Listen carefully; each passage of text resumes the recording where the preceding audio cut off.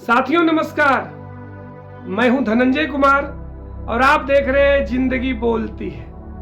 साथियों, अभी ना हम लोग पितृपक्ष के महीने में गुजर रहे हैं। आपको पता है पितृपक्ष क्या होता है?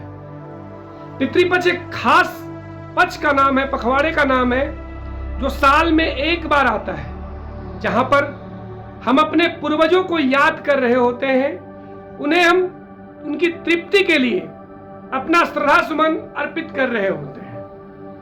दोस्तों, बिहार में ना एक जगह है गया जी। उनके बारे में पता है क्या कहा जाता है? कि जो जीते जी एक बार गया ना गया, वह जाने के बाद, मतलब परलोक सिधारने के बाद गया जरूर गया, या उसे लेकर कोई और गया गया। दोस्तों, ये साल का वो मौका है जब हम अपने पूर्वजों को समय दे रहे होते हैं, उनकी आत्मा की तृप्ति के लिए प्रभु से अनुनय विनय कर रहे होते हैं। साथियों, हम अपना कर्ज उतार रहे होते हैं जो पूर्वजों को हमने देना होता है, जो हमें पूर्वज हमारे लिए छोड़ के गए होते हैं। इन खास दिनों में हम उन्हीं कर्ज को उतार रहे होते हैं।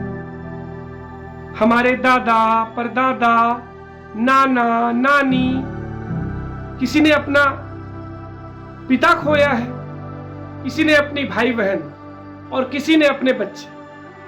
हम इन सभी की आत्मा की तृप्ति के लिए इन पखवाड़े में गया जी जाते हैं। कहा जाता है कि इस समय हमारे पूर्वज धरती पे जरूर आते हैं, ये देखने के लिए कि हमारे बच्चे कैसे हैं। और हम जब इन दिनों में उनके श्राद्ध के लिए, उनकी आत्मा की तृप्ति के लिए पिंड दान करने के लिए गया जी जाते हैं, उन्हें बड़ा अच्छा महसूस होता है। दोस्तों, ये गया जी जाना एक छोटा सा अनुभव मात्र नहीं है, यह हमारी और उनके बीच की दूरियों को कम करने का एक सुगम सा रास्ता है। हमें उन जड़ों से जोड़ने का एक सफल प्रयास इसे आप कह सकते हैं। दोस्तों, कहीं ना कहीं आपको भी ये तो मानना ही पड़ेगा ना कि हम किसी के माध्यम से इस धरती पे आए हैं, किसी ने हमें यहाँ छोड़ा है। तो क्या हम उनकी तृप्ति के लिए कुछ समय निकाल करके उनकी आत्मा तृप्ति का हम कुछ अनुनय विनय परमात्मा से नहीं कर सकते? तो अगर ऐसा आपके मन में है तो ये बिल्कुल सही समय है और आप इस समय गया जी आकर के पिंडदान कर सकते हैं। गया जी में पिंडदान करने का बहुत सारे महत्व हमारे पौराणिक कथाओं में मिलता है। दोस्तों, कहा जाता है कि प्रभु श्री राम माता जानकी यानी सीता मैया और लक्ष्मण के साथ अपने पूर्वजों सहित दशरथ जी की श्राद्ध के लिए गया जी आए थे।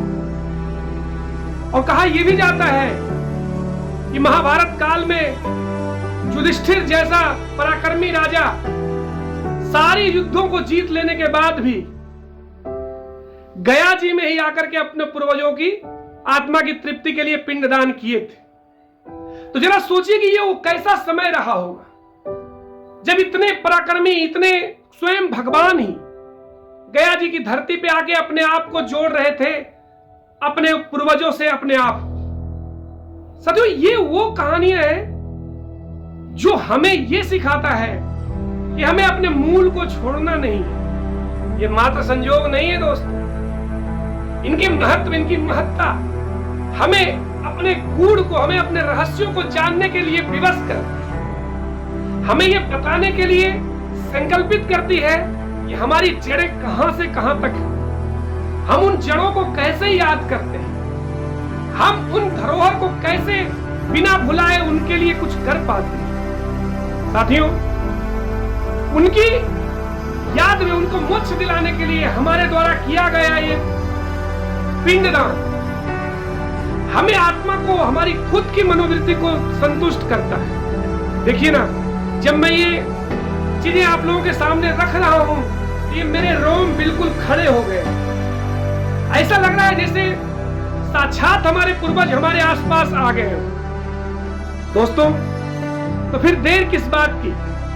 आप लोग भी अपने इस व्यस्तम जीवन का कुछ समय निकालकर गया जी जरूर जाए और अपने पूर्वजों को पिंडदान अर्पित करें, उनसे अनुनय विनय करें और उनको ये सोचने पे मजबूर करें कि हम जहां भी हैं बहुत खुशहाल हैं। और हे प्रभु, उनकी आत्मा की शांति के लिए प्रभु से प्रार्थना करें।